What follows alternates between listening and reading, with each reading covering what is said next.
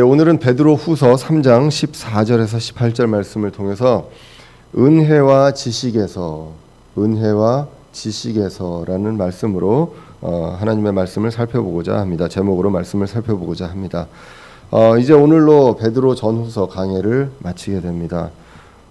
베드로 전서가 마지막 때에 세상에서, 교회 밖의 세상에서 신자가 어떻게 살아야 하는가를 기록했다면, 베드로 후서는 마지막 때에 우리 교회 내에서 우리가 어떻게 해야 하는지를 기록하고 있다고 말씀을 드렸습니다.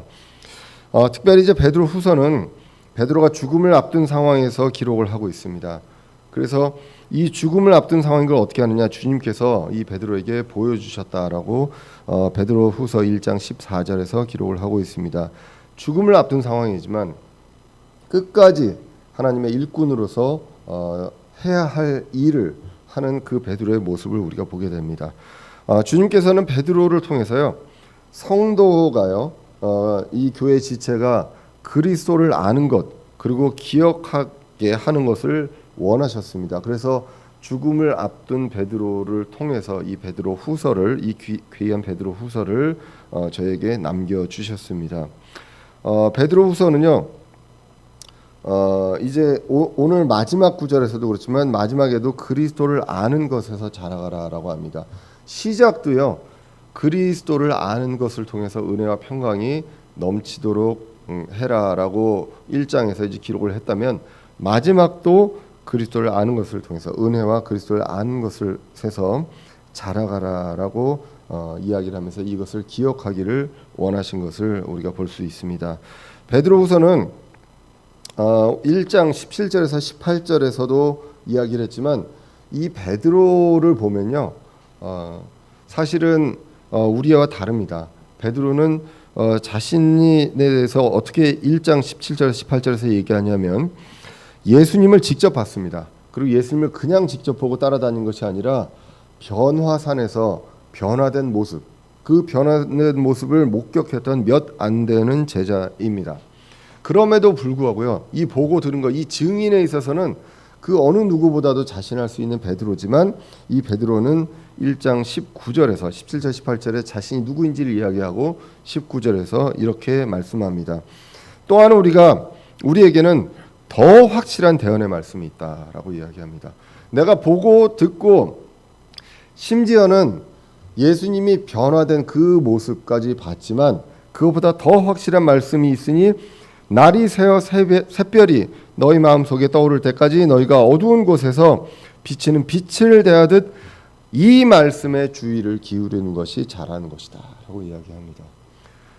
보는 걸 원하고요, 듣는 것을 원하고 내가 뭔가 신비로운 것을 하는 것을 원하는 것이 아니라, 그것보다 더 확실한 대언의 말씀을, 이 말씀에 주의를 기울이는 것이 훨씬 더 잘하는 것이다 라고 다른 사람도 아닌 베드로가 이야기를 하고 있다는 것입니다. 이것이 바로, 이 말씀에 주의를 기울이는 것이 바로 그리스도를 아는 것, 기억하는 것, 그리고 성장하는 그런 길이다라고 이야기를 합니다. 그리고 또 거짓 교사에게 속지 않고 또 속고 있는 사람들에게 바른 교리를 전할 수 있는 그러한 길이다라고 이야기합니다. 그리고 이제 베드로후서 2장에서는 거짓 교사에 대해서도 말씀합니다. 이들은 창조와 재림을 속입니다. 그래서 우리는 보이지 않는 소망을 갖고 그것을 바라보면서, 보이지 않는 것을 바라보면서 살아가고 있는 자들인데, 보이는 세상에서 행복하게 살고 또 이 보이는 세상에서 정욕을 추구하며 살으라고 이제 이야기를 합니다. 그런 것들에 속지 말아야 될 것을 분명하게 이제 베드로 후서 1장과 2장을 통해서 이야기를 하고요. 3장에서는 특별히 우리가 읽어봤지만 당부의 말씀이 되는 것을 볼 수 있습니다. 그래서 특별히 당부의 말씀이 있는데, 오늘 말씀은 마지막으로 이제 종합적으로 이제 권면을 하게 됩니다. 이제 베드로 후서에서는요, 사랑하는 자들아라고 이야기하는 그 말이 한 4번 나오는데, 그 중에 5번 나오는데요, 그 중에 4번이 오늘 3장에만 나오게 됩니다. 그리고 사랑하는 자들아 뒤에는 반드시 당부의 말씀이 있었습니다. 첫 번째가 이제 3장 1절입니다. 사랑하는 자들아, 내가 이제 둘째 서신을 너희에게 쓰노니 내가 이 두 서신 안에서 기억을 통해 너희의 순수한 생각을 일깨우고자 함은 너희가 전에 거룩한 대언자들이 전한 말씀들과 주 곧 구원자의 사도인 우리에게서 받은 명령을 명심하게 하려 함이라. 그래서 말씀들과 명령을 명심하게 하려 합니다라고 합니다. Be mindful 이렇게 얘기합니다. 마음에 간직하고 있으라는 얘기죠. 마음에 간직하고 있는데 일깨웁니다. 일깨우는 걸 휘젓는다고 이제 말씀을 드렸습니다. 마음에 가라앉아 있던 것을 휘저어서 그리고 말씀들과 명령을 항상 명심해서 마음에 두고 적용하고 따르라라는 얘기입니다. 그냥 가라앉아 있는 것이 아니라 같이 섞여서 우리의 삶 속에서 활동해야 한다라고 이야기를 했다. 명심하라라는 것을 우리가 기억할 필요가 있습니다. 그리고 두 번째 사랑하는 자들이 베드로후서 3장 8절에 나옵니다. 그 8절에 보시면 그러나 사랑하는 자들아 주께는 하루가 천년 같고 천년이 하루 같다는 이 한 가지 사실에 대하여 무지한 자가 되지 말라라는 것입니다. 그 전에 무엇이 있었습니까? 하나님께서 오래 참으신다. 그리고 오래 참으셔서 아무도 멸망하지 않고 모두가 회개에 이르기를 원한다라고 말씀하시고 그리고 이제 이 하나님의 타임라인은 이렇다라는 것에 대해서 무지한 자가 되지 말라라고 이야기합니다. 알아야 한다라는 것입니다. 예, 그렇게 이야기를 하고 있고요. 그리고 이제 세 번째가 오늘 본문입니다. 본문에 베드로후서 3장 14절에 이렇게 나옵니다. 그러므로 사랑하는 자들아 너희가 그런 것들을 기다리라니 너희가 점도 없고 흠도 없이 화평 중에 그분께 발견되기를 힘쓰라라는 것입니다. 힘쓰라라고 이야기합니다. 예, 그래서 명심하라라고 이야기했고요. 알아야 한다라고 얘기했고 또 힘써야 한다라고 얘기합니다. 이 힘쓰란 단어는 be diligent입니다. diligent 하면 우리가 부지런하다로 뜻을 알고 있는데 힘쓰고 노력하다라는 얘기입니다. 그래서 우리가 그분께 화평 중에 발견되기를 힘쓰라라고 기록을 하고 있습니다. 그리고 이제 마지막으로 네 번째가 17절에 나오는 말씀입니다. 3장 17절에 보시면 그러므로 사랑하는 자들아라고 나옵니다. 너희가 이것을 미리 알았은즉 그 사악한 자들의 오류에 이끌려 너희도 너희 자신의 굳건함에 떨어지지 아니하도록 주의하라라고 나옵니다. Beware라고 나옵니다. Beware라는 것은 주의하라라는 것입니다. 그래서 명심해야 하고요. 그리고 알아야 하고 또 노력해야 하고 또 주의해야 한다라고 이 네 가지로 권면의 말씀을 하고 있습니다. 자, 이런 종합적으로 당부의 말을 하고 있는데요. 다시 오늘 본문으로 돌아가서 보시면 14절에 이렇게 말씀합니다. 그러므로 사랑하는 자들아 너희가 그러한 것들을 기다리나니 너희가 점도 없고 흠도 없이 화평 중에 그분께 발견되기를 힘쓰라라고 기록을 하고 있습니다. 주님이요. 그리고 베드로가 사랑하는 자들 우리에게 말씀을 하고 있습니다. 이 사랑하는 자들은 구원받은 성도들입니다.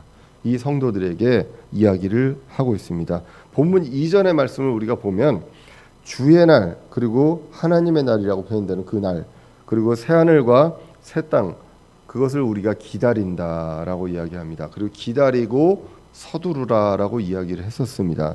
그렇기 때문에 그렇게 기다리나니 그래서 오늘 본문에 너희가 그러한 것들을 기다리냐니라고 이야기를 시작하는 것입니다. 너희들이 그 전에 말한 것처럼 이러한 것들을 기다린다. 새 하늘과 새 땅과 그리고 하나님의 날을 기다립니다. 신부로서 우리 교회는 신부로서 신랑과 새 예루살렘을 기다리고 있습니다. 그런데 어때야 한다고 기록합니까? 점도 없고 흠도 없이라고 기록을 합니다. 그리고 화평 중에 그분께 발견되기를 힘쓰라라고 합니다. 그러면 우리가 점도 없고 흠도 없어야 한다라는 것입니다. 어떻게 우리가 점도 없고 흠도 없어야 할까요? 우리가 열심히 노력하고 또 착한 일 많이 하고 주일 성수하고요. 11조 헌금하고 이렇게 하고 그리고 죄 지을 때마다 하나님 잘못했습니다. 회개하고 뭐 이러한 것들 내가 무언가를 해서 점과 흠이 없어지느냐라는 것입니다. 원천적으로 점과 흠이 없어지는 것은 예수 그리스도의 피로 이러한 것들이 이루어졌다라고 기록합니다. 멀리 가지 않아도요. 베드로 전서에 이렇게 기록됩니다. 베드로 전서 1장 18절에 이렇게 기록됩니다.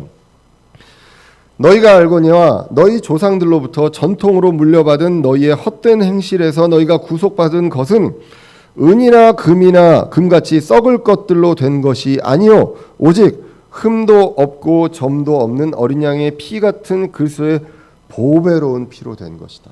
그리스도의 보배로운 피, 그리스도의 보배로운 피가 점도 없고 흠도 없습니다. 그 피로 깨끗하게 되었기 때문에 우리가 점과 흠이 없다는 것입니다. 주님 앞에서 우리가 우리의 행위로 점과 흠이 없을 수 있느냐? 그렇지 않다는 것입니다. 잠언 20장 8절에 보시면 심판의 왕자에 앉은 왕은 자기 눈으로 모든 악을 흩어지게 하느니라. 예수님에 대한 예표로 이야기를 합니다. 누가 이르기를 내 마음을 깨끗하게 하였으니 내가 죄에서 떠나 순결하다 할 수 있겠느냐? 아무도 그렇게 이야기할 사람이 없다라는 것입니다. 오직 예수 그리스도를 통해서 이러한 것들이 원천적으로 이루어졌습니다. 자, 그래서 흠과 점이 없는 상태로 이제 가야 하는데 거기에서 이제 화평 중에 이제 그 발견되기에 이제 힘쓰라라는 내용이 이제 나옵니다.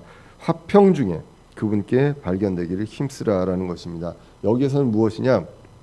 우리가 이제 구원받은 이후에 우리의 삶을 살면서 성화의 과정을 겪어야 합니다. 그런데 그렇게 되었을 때 우리는 화평 중에 만날 수 있다. 우리가 근심과 두려움 속에서 주님을 만날 수도 있습니다.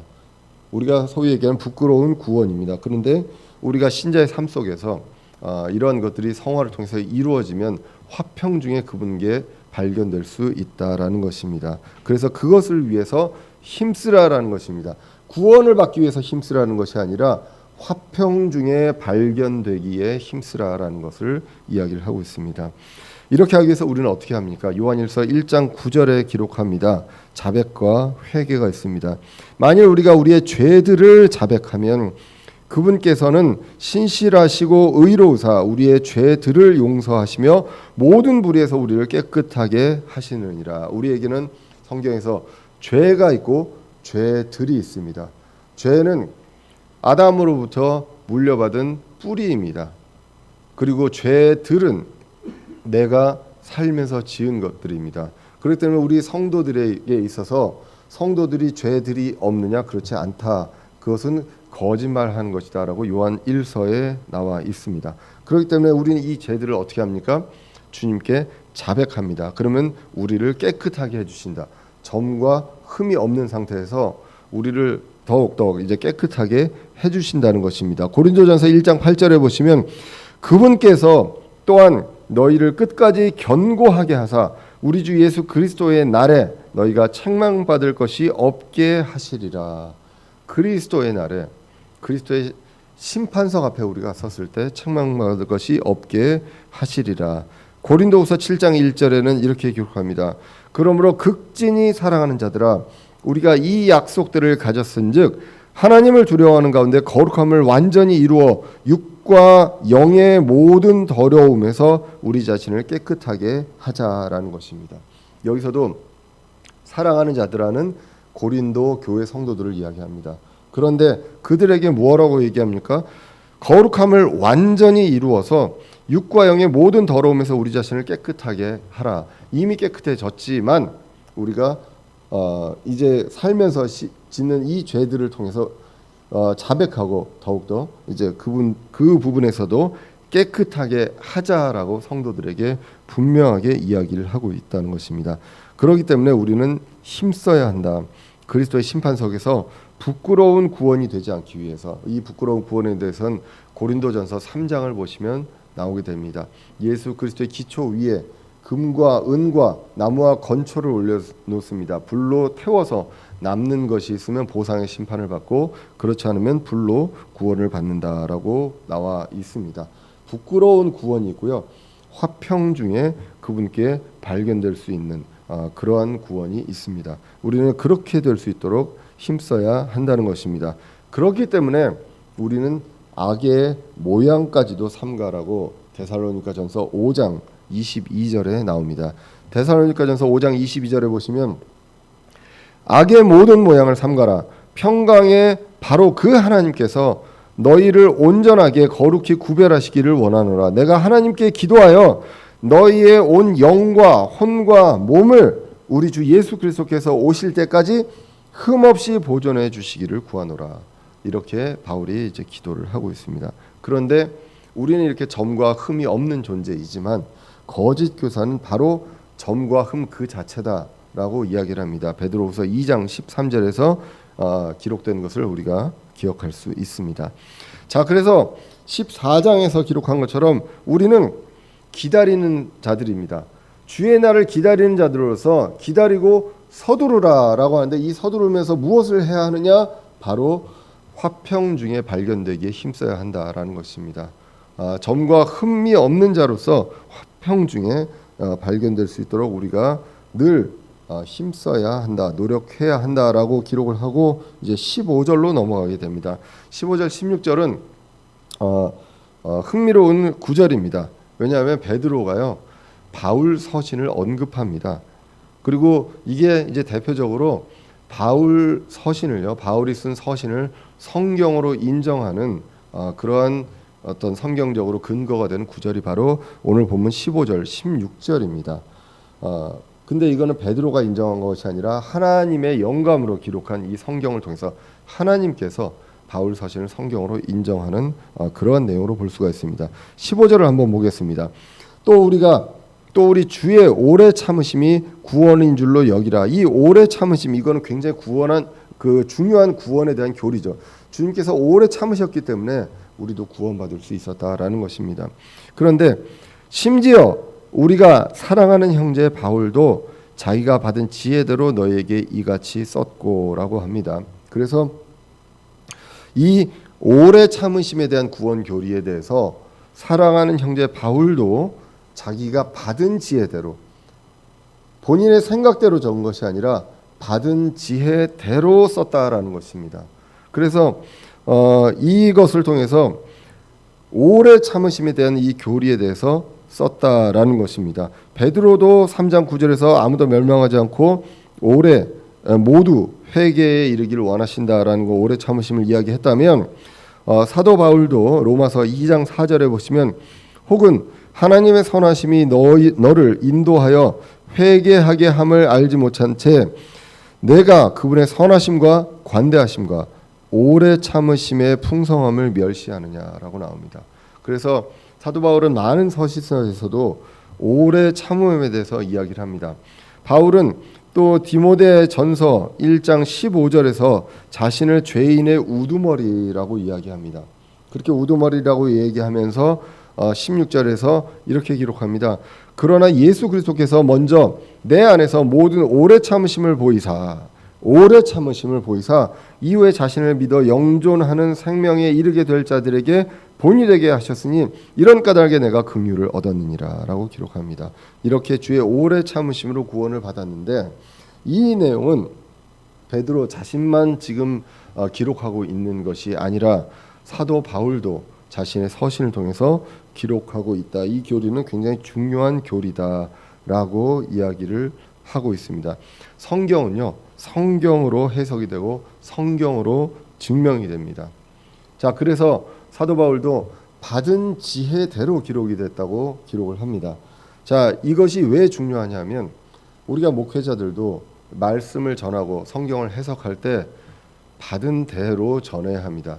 위탁 받은 대로 전해야 한다는 것입니다. 자신의 생각과 자신의 어떤 나아가야 될 방향과 의도를 담는 것이 아니라 말씀을 그대로 전해야 되고, 저와 여러분들 말씀을 해석할 때 그대로 해석을 해야 한다는 것입니다. 우리가 성경에서 바울의 서신서와 베드로의 서신서 이런 것들을 보면 이건 편지잖아요.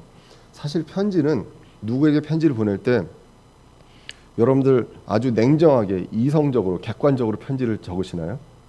보통 편지를 적으면 많은 감정을 담아서 적게 됩니다. 그런데 이 서신서들은 굉장히 냉정하고요, 이성적이면서 논리적입니다. 왜 그렇습니까?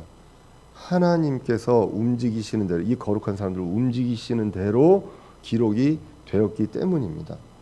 그러면 우리는 이 말씀에 대해서 해석을 할 때나 전할 때 이 똑같은 원리를 봐야 한다는 것이죠. 이들이 서신서에서 이 교회에 대해서 이야기하면서도 성경을 인용하면서 이야기합니다. 구약 성경을 인용하면서 이야기하거든요. 내 생각에 내 경험에 이렇다라는 얘기를 하는 것이 아니라 성경을 인용하면서 이야기한다는 것입니다.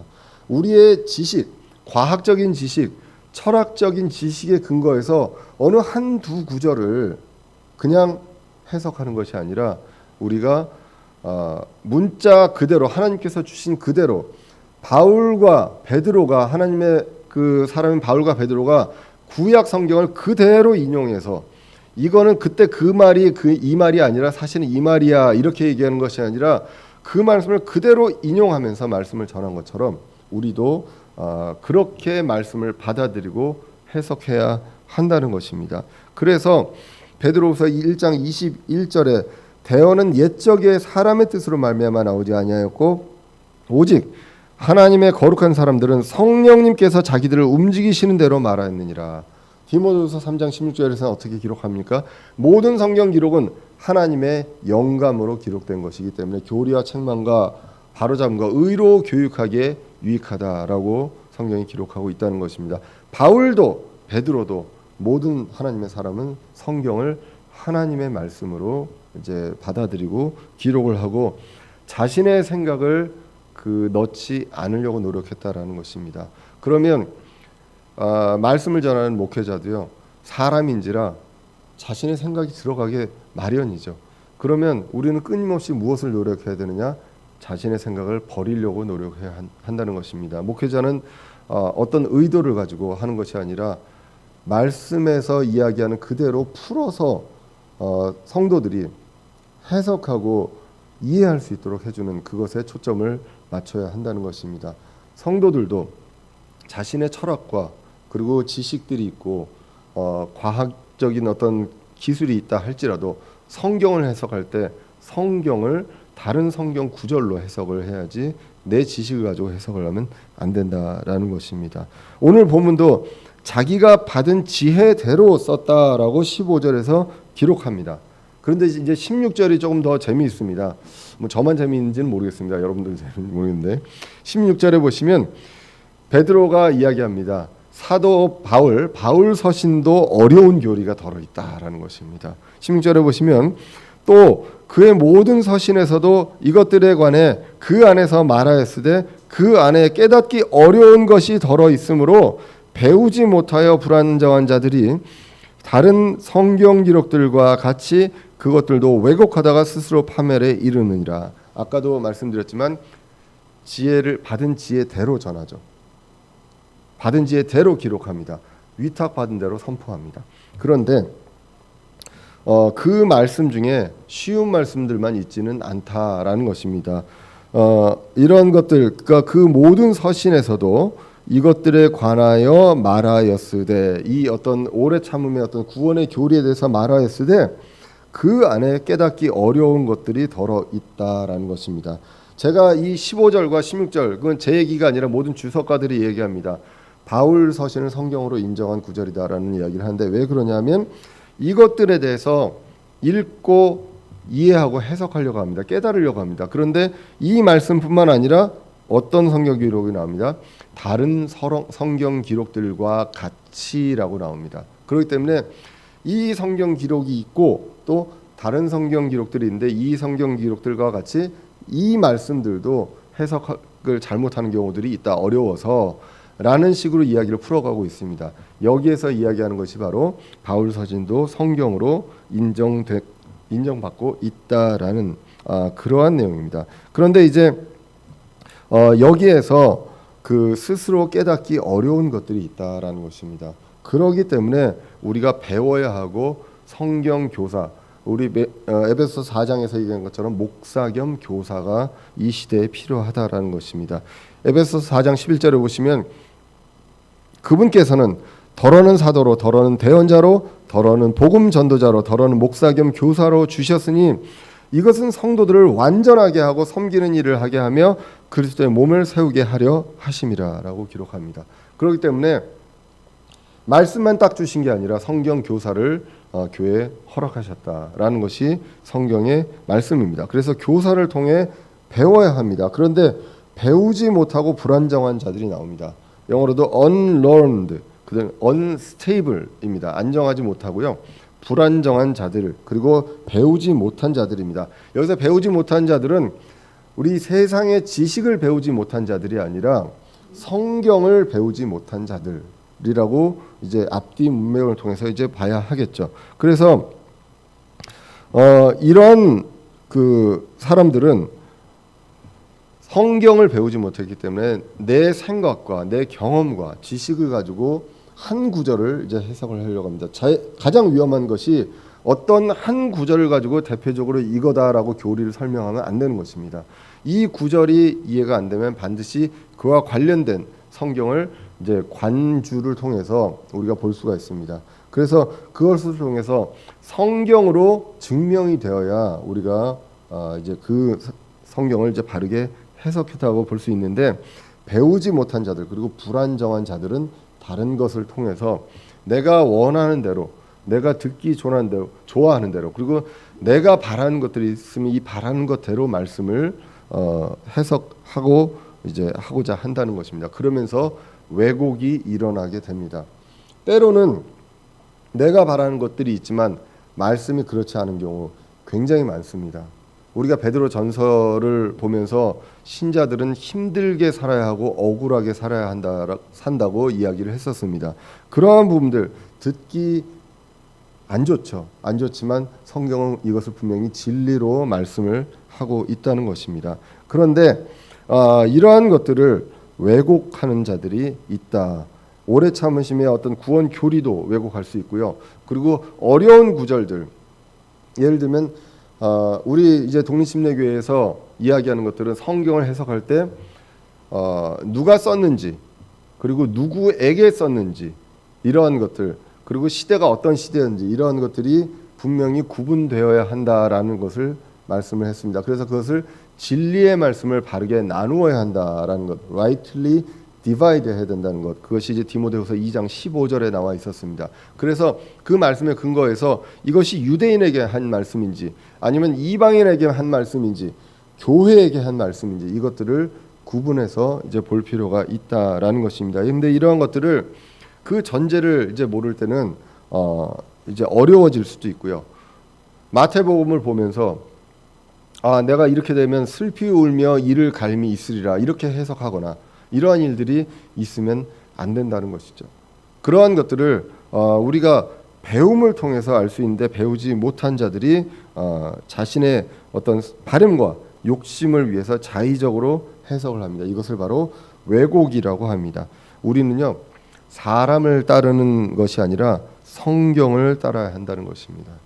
그것을 우리는 분명히 유명한 그 목회자라든가 유명한 부흥 강사를 따르는 것이 아니라 기록된 성경을 따르는 자들입니다. 그래서 바울과 베드로도 받은 지혜로 기록하고 위탁받은 대로 전했다. 다른 비유적인 해석이 없습니다.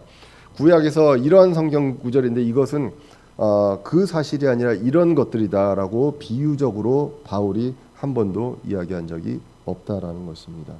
그것을 보면서 우리는 우리가 말씀을 어떻게 전해야 되는지, 그런데 창조와 재림을 부인하는 그러한 거짓 교사들 어떻게 얘기합니까? 창조는 비유입니다. 창세기 1장부터 11장은 시적인 표현입니다. 그렇기 때문에 많은 비유가 포함되어 있기 때문에 그것을 문자 그대로 받아들이면 안 된다라고 이야기합니다. 요한계시록에 나와 있는 내용도 상징적으로 비유적인 것이지 실제로 일어나는 일이 아니다라고 많은 교회에서 이야기를 하고 있는 현실입니다. 우리는 성경대로, 문자대로, 그리고 성경을 성경으로 풀어서 해석하는 그 하나님의 가르침, 하나님의 원칙에 따라 우리가 말씀을 배우고 또 해석을 합니다. 내가 원하는 바가 아니라 하나님의 뜻에 따라 해석을 하게 됩니다.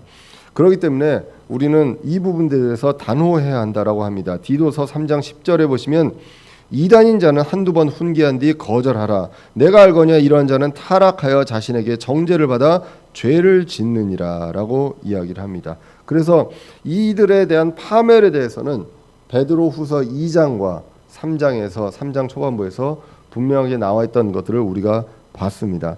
그래서 이제 15절과 16절은 이 오래 참으심의 어떤 구원에 대해서 이것들에 대해서 우리가 바로 알아야 한다라는 것들을 이야기를 하고 있고요.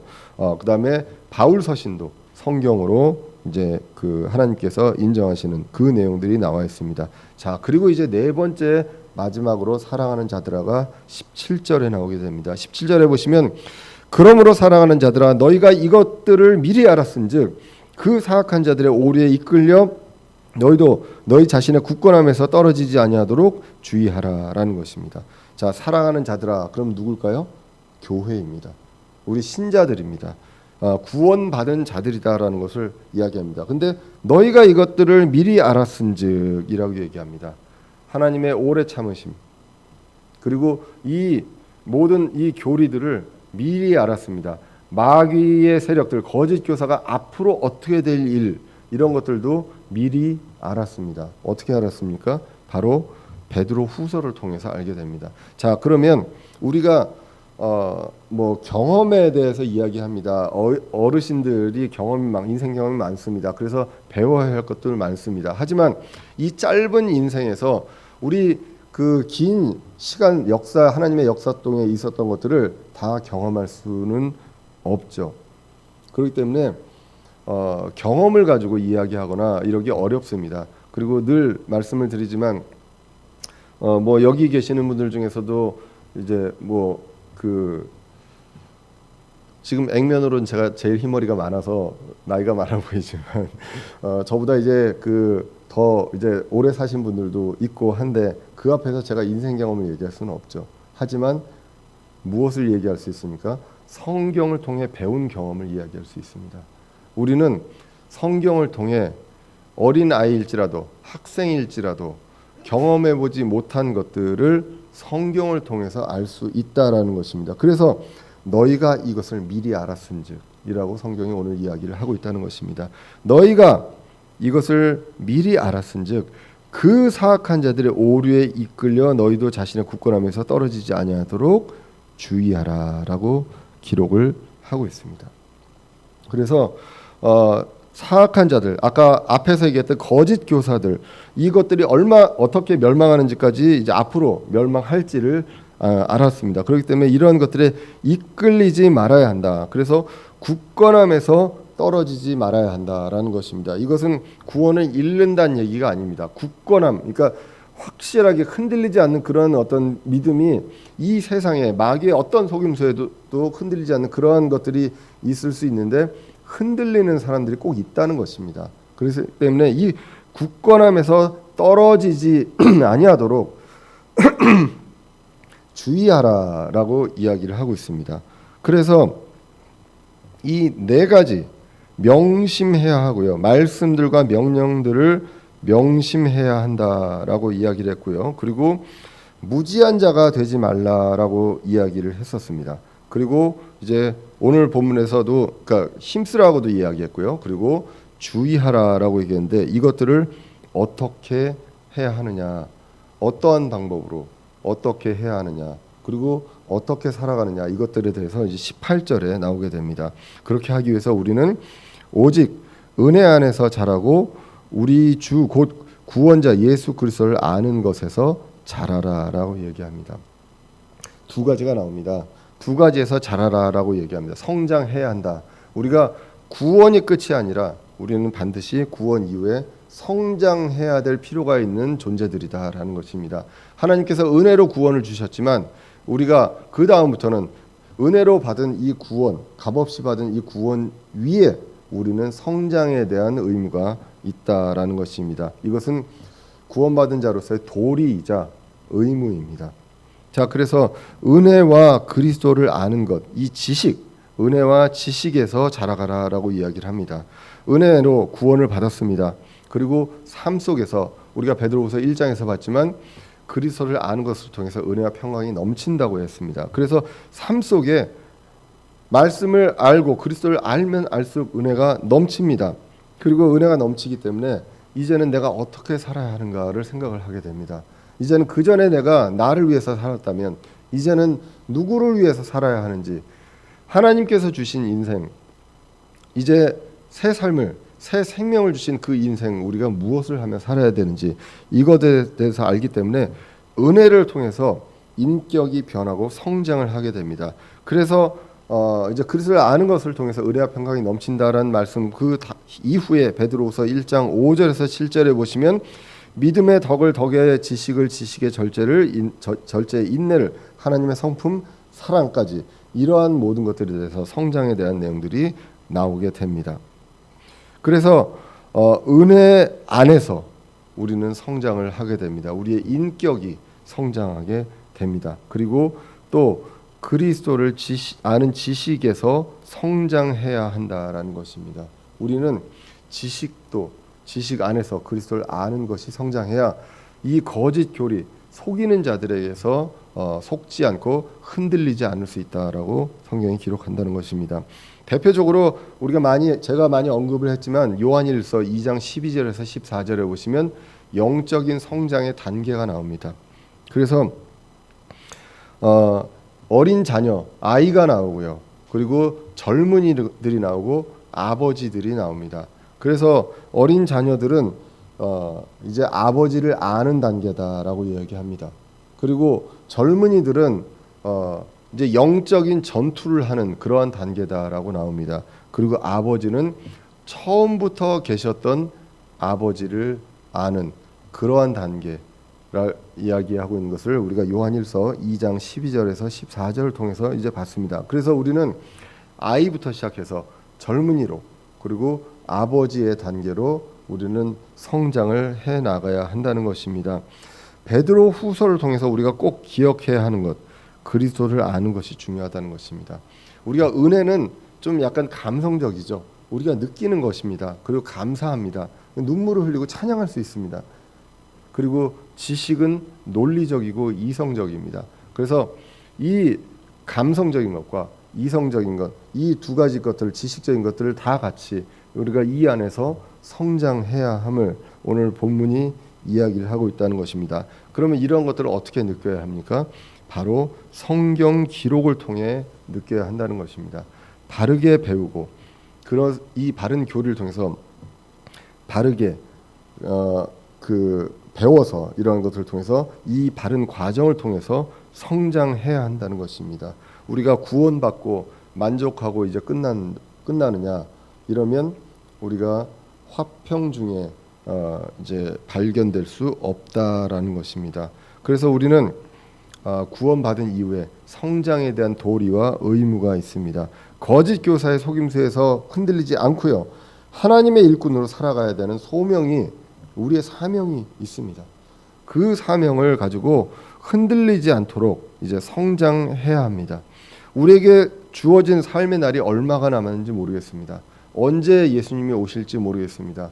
늘 바라기는 죽기 전에 예수님이 오셔서 우리가 그냥 살아있는 상태로 공중으로 올라가기를 정말 간절히 바랍니다. 그런데 언제 오실지 모르는 그 날까지 우리는 하루하루를, 하나님께서요, 하루를 천년처럼 사용하셨던 것처럼 우리도 그 하루를 그렇게 살아가야 한다는 것입니다. 은혜와 그리스도를 아는 그 지식에서 성장하는 저와 여러분들이 되어야 하겠습니다. 오늘 본문이 이야기합니다. 우리가 명심해야 하고요, 그리고 무지하지 않아야 합니다. 그리고 힘써야 합니다. 그리고 주의해야 합니다. 우리가 말씀을 읽고 은혜와 지식에서 자라감을 통해서 이것들을 하루하루 늘 기억하면서 성장할 수 있는 저와 여러분들 되시기를 간절히 축원합니다. 기도하겠습니다.